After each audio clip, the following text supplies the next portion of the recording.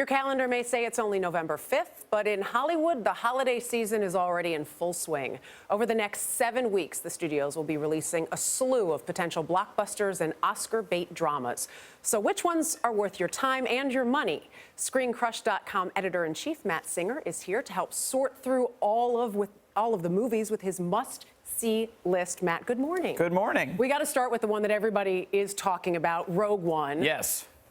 A Star Wars story, but we know it is the prequel to the original Star Wars. Yes, they decided to make another Star Wars prequel because that worked so well the first 3 times they did it. They're going to do it again. This is a direct prequel to the original Star Wars, which began with Princess Leia giving the stolen Death Star plans to R2-D2. This is like, how did they steal those plans? So if you don't want to know how the story ends, I hope you have never seen the original Star Wars. That may spoil it. That's not possible, is it? That may spoil it a little bit. There may be somebody out there. Yeah. Darth Vader makes an appearance here. Yes. Do we know how big of an appearance? We do not know how big of an appearance. He has a couple of cameos in the trailers. You see him breathing, so you'll hear him breathing, I guess.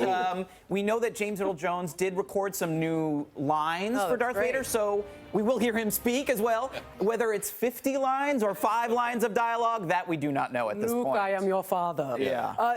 We also have Fantastic Beasts and Where to Find Them, which is another prequel, this for Harry Potter. Yes, this is another prequel. If you like prequels, Christmas is coming, I guess, right on schedule this year. There's a lot of prequels. This is a Harry Potter prequel of sorts, although Harry Potter obviously is not in it. This is set in 1920s New York. This other wizard, who's played by Eddie Redmayne, he is searching for magical beasts, I suppose. And yeah, David Yates, who directed the last 4 Harry Potter movies, directed this one. And J.K. Rowling herself actually wrote the screenplay, which she never did with the regular Harry Potter series. Those were written by somebody else. She actually wrote this one. All right, up next is Arrival, an alien invasion film. Yes, of a different We haven't had kind. enough of those. Yeah, we've never seen that before. Certainly an original idea, but it's a little bit different. It is a little bit of a twist. And what I really liked about it, it is an alien invasion. These aliens come down, and Amy Adams plays this woman, this linguistics professor.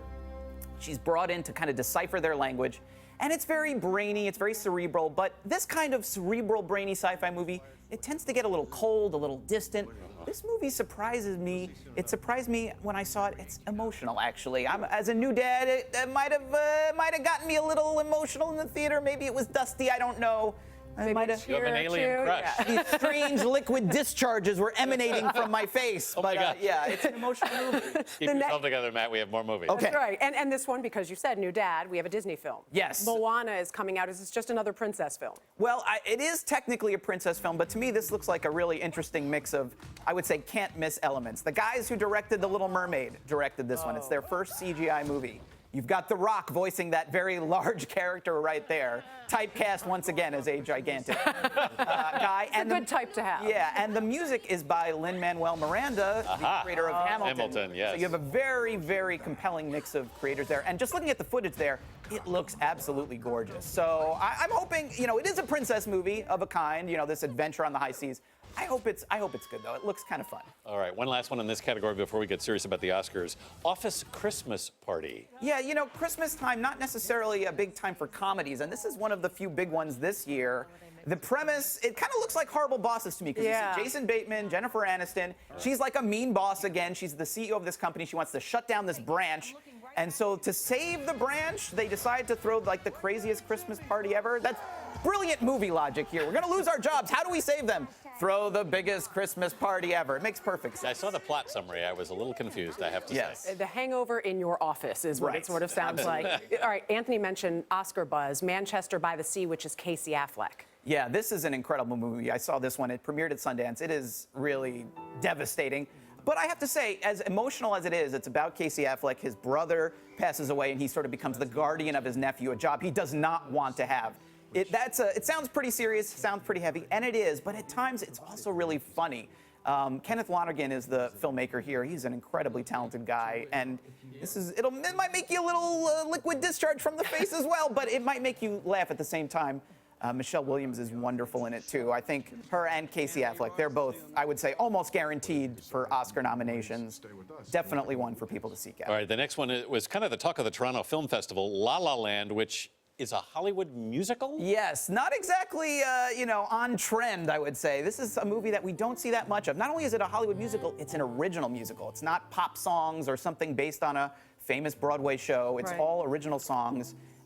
Emma Stone and Ryan Gosling, they are wonderful together.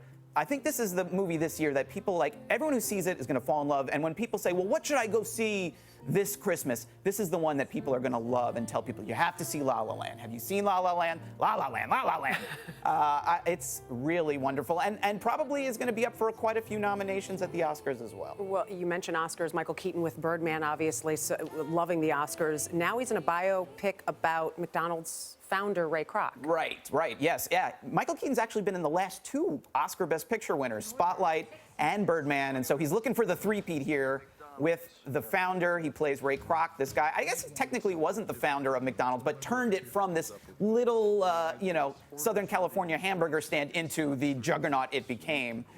There's a lot of competition this year at the Oscars. We've already mentioned Manchester by the Sea and La La Land, but definitely wouldn't be surprised to see Michael Keaton in the Best Actor race again. All right, a lot of exciting stuff coming up, Matt Singer. Yes. Thank you very much.